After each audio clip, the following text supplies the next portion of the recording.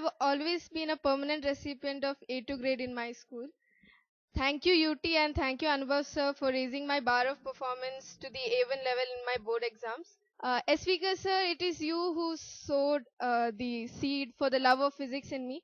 I would like to pursue science and specialize in physics. I would also like to thank Vashi branch coordinator Meena ma'am for her strongly worded reapproaches. Maths used to be like a monster to me, and Biju sir has really helped me overcome my fear and pass with flying colors. Agree with all the people who speak about the quality and pattern of teaching in UT, but I like to throw upon some light on the other things which nobody speaks generally. That is the back office support that UT provides.